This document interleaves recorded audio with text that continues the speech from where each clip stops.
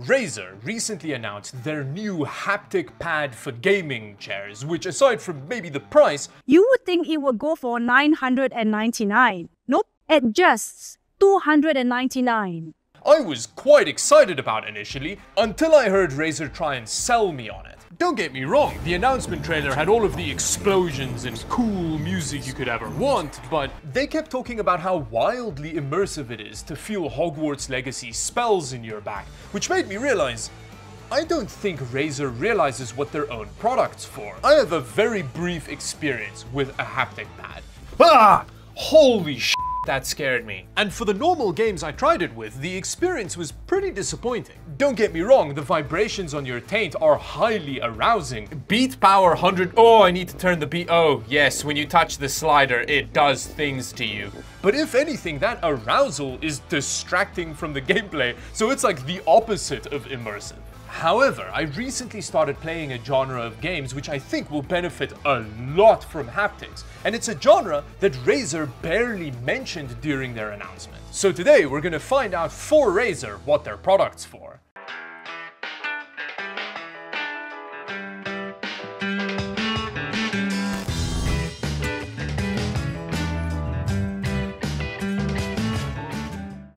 Now the first step is to see what we're working with here, so let's open it up. I think, yeah.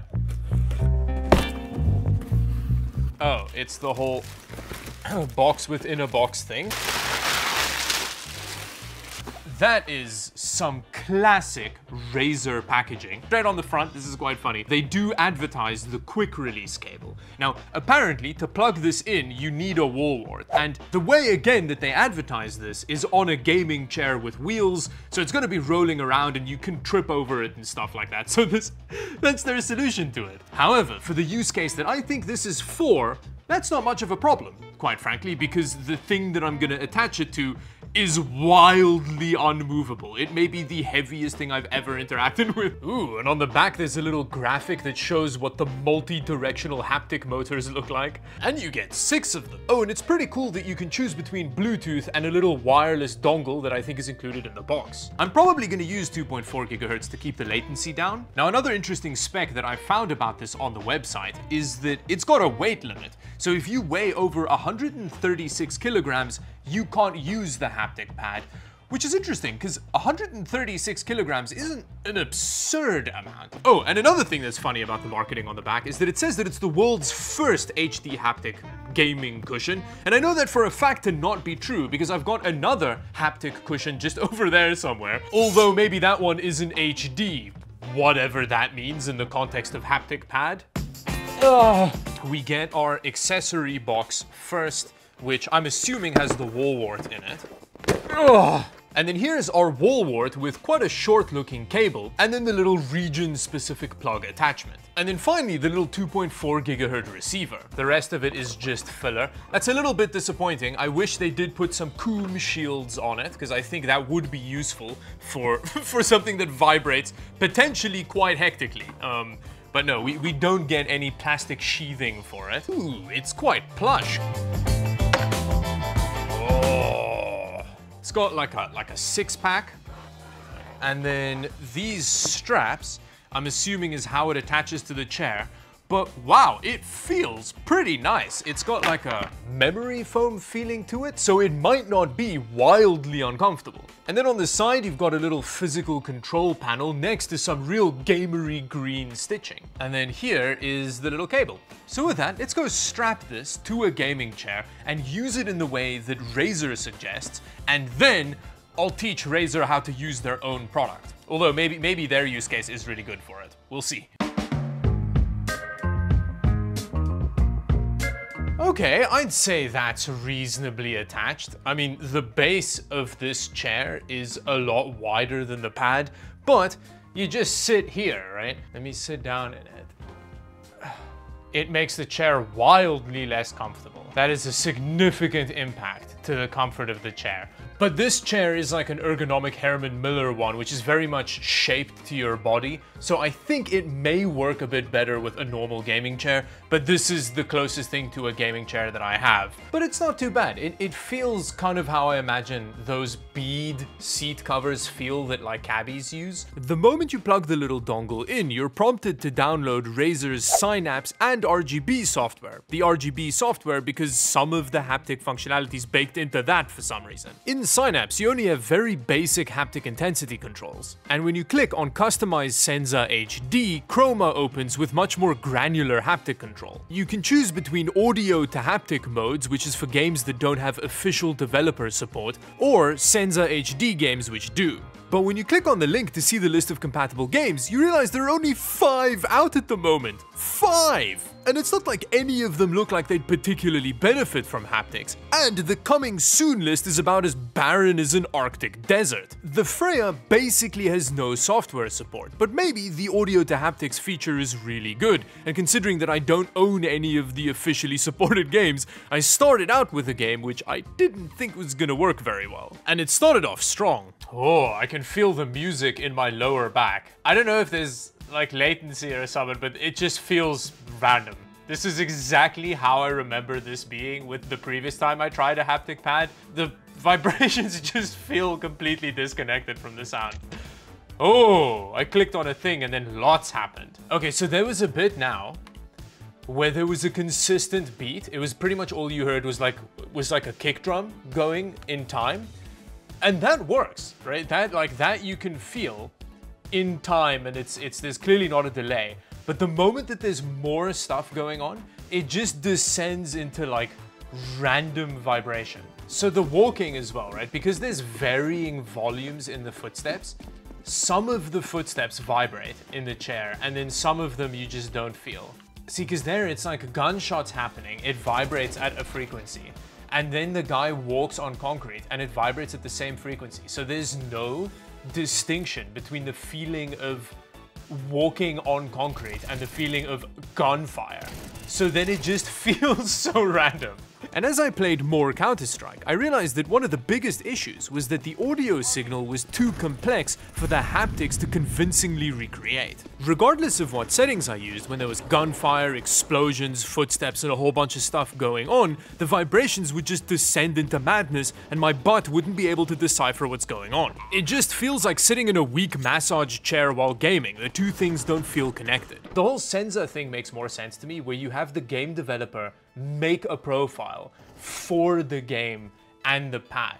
But here, when you just use audio to haptics, it's so random feeling. So Tarkov's soundtrack seems to work pretty well, at least while you don't have the headset on, because it's a bunch of slow, deliberate bass notes.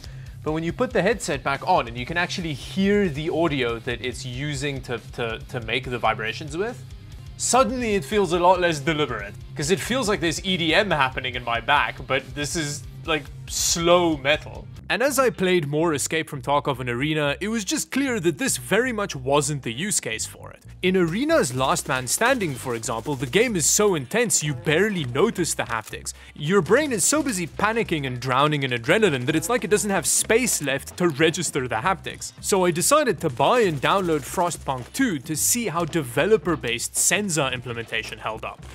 And it didn't start off very well. So I've launched into Frostpunk 2, which is one of the 4 games that has Senza or whatever support for this thing. I'm in the menus now, and I don't feel it at all. Game's just going... So that explains it. Is it on?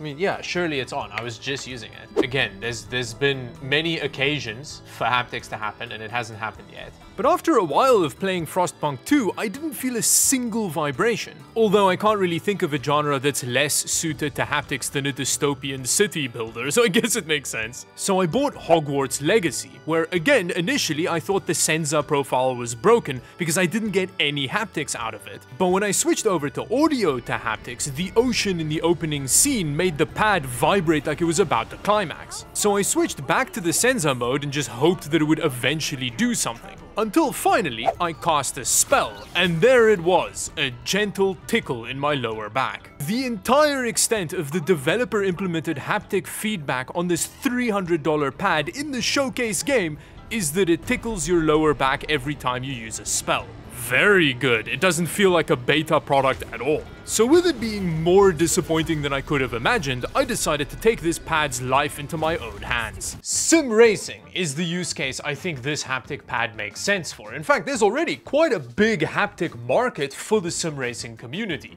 although most of them function a little bit differently. They're not a pad that you sit on, but it's like a subwoofer thing that you attach to the frame of your sim racing rig, and then it vibrates the whole thing so that you can feel your car moving through the vibrations.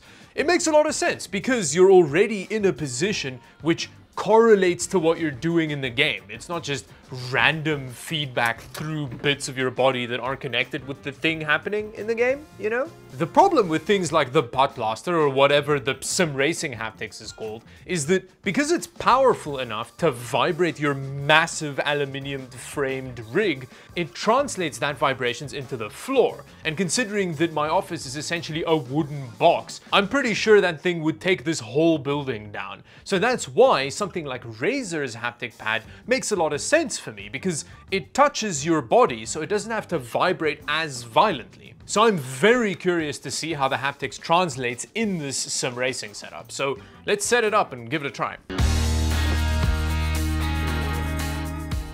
Oh, okay. Now, it has changed my seating position quite a bit because it's boosted me out of the chair, so I'm sitting higher than I was before, but the seat is adjustable, and other than that, it's kind of nice and plushy. It doesn't ruin the seating experience too much. It's a lot more comfortable in this chair than it is in the Herman Miller.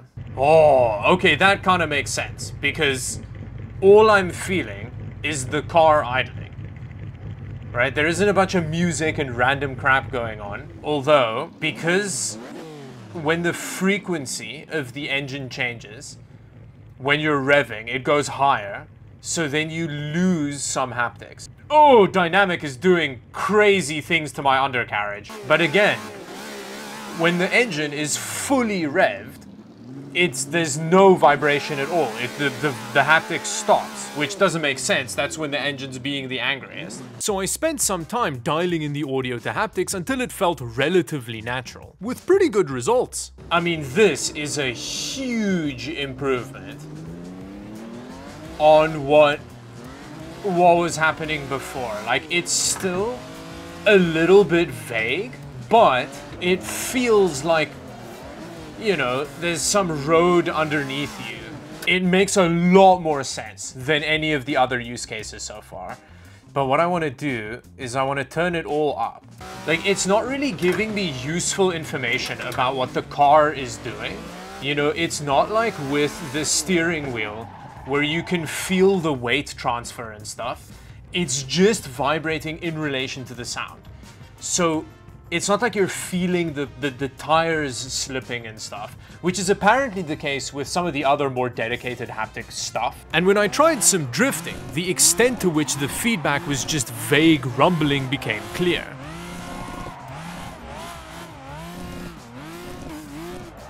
Again, there's no detail in it, so it doesn't feel like tire slip.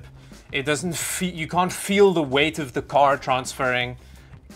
It's just grrrr in your undercarriage. You know, maybe if you have a developer properly tune it, you can get more detail out of it, but as it is, this is like PlayStation 2 haptic feedback, you know? And another symptom of the just vague rumbling is that whether you're driving a luxury car or a fire-breathing monster of a race car from the 60s, the vibration feels the same, which is in stark contrast to the delicacy of the feedback from the steering. I then tried some rally where another problem reared its head. The haptics in the Freya aren't powerful enough to convey the feeling of driving on gravel. In fact, you could barely feel the Freya over the vibrations from the wheelbase through the aluminium frame. And after just a bit of rally, the Freya started getting really hot. I think part of it is due to the glowing logo, which gets warm, but either way, you end up with a sweaty back. Now the Freya has a lot of problems which it can't really afford to have, considering that it costs way more than all of the competitors that it pretends doesn't exist. And it kind of feels like a beta product that not even Razer knows what it's for. But on the positive, for sim racing, even with the very rudimentary audio to haptic implementation, it did add to the experience. And that can only be improved through developer integration. Developer integration that we have no indication will ever happen. And even if it does happen, it's still way too expensive for what it is. But it is a Razer product, and being overpriced kinda seems part of their brand. Anyway, let me know down below what you think of the Freya, and watch another video if you enjoyed it. Maybe subscribe to the channel, and until the next video, thank you for watching. Bye bye.